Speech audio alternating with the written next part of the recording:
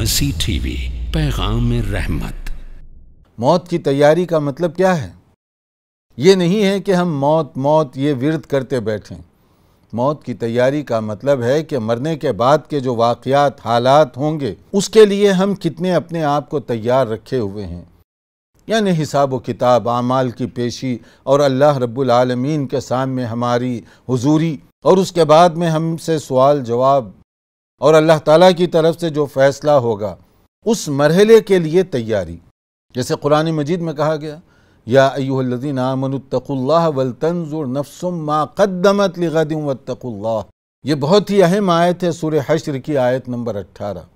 کہ ایمان والو، تم متقیانہ زندگی بسر کرو، اور ہر ایک کو یہ دیکھنا چاہیے کہ کل کے لیے اس نے کیا تیاری کر رکھی ہے۔ کل سے مراد یہاں کون سا کل ہے؟ وہ کل جس کے بعد دوبارہ کوئی کل آنے والا نہیں، یعنی قیامت، موت اور آخرت کی گھڑی۔ تو قرآن مجید میں کہا جا رہا ہے کہ اس کے لیے تم نے کیا اپنے آپ کو تیار کر رکھا ہے؟ کیا کوئی انویسٹمنٹ، کوئی سرمایہ کاری؟ جیسے دنیا میں بھی تو ہم سرمایہ کاری کرتے ہیں، کل ہمارا آج سے بہتر ہو جائے، اس کی ہر آدمی کو فکر ہوتی ہے۔ اور ایک لیبر کام کرنے والا، چاہے اس کی تنخواہ کم ہی کیوں نہ ہو، وہ بھی کوشش کرے گا کہ جو کچھ دن بھر محنت مزدوری کے بعد حاصل ہو، اس میں کچھ حصہ بچا کر رکھے۔ کیوں بچا کر وہ رکھتا ہے؟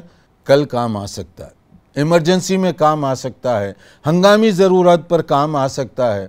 یعنی ایک مزدور سے لے کر آفیسر تک، ایک عام ملازم سے لے کر سرمایہ دار تک، ہر ایک کو فکر ہے کہ کل کے لیے ہمیں کچھ نہ کچھ بچت کر کے رکھنی ہے، کچھ نہ کچھ سرمایہ کاری، کچھ نہ کچھ ہم انویسٹمنٹ کریں۔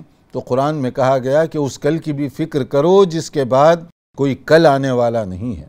اس کے لیے تیاری، اس کے لیے سرمایہ کاری اور اس کے لیے انویسٹمنٹ، یعنی ایسی نیکیاں جس کو قرآن و سنت کی اصطلاح میں اعمال صالحہ کہا جاتا ہے، جس کو باقیات صالحات کہا جاتا ہے، یعنی ایسی نیکیاں جو مرنے کے بعد کام آ سکیں، قبر میں، حشر میں، میدان محشر میں کام آنے والی نیکیاں۔ یہ ہے اصل میں سرمایہ کاری، یہ ہے ایسی نیکی جو اس وقت کام آئے گی جب ہم سب کے لیے شدید ضرورت ہوگی۔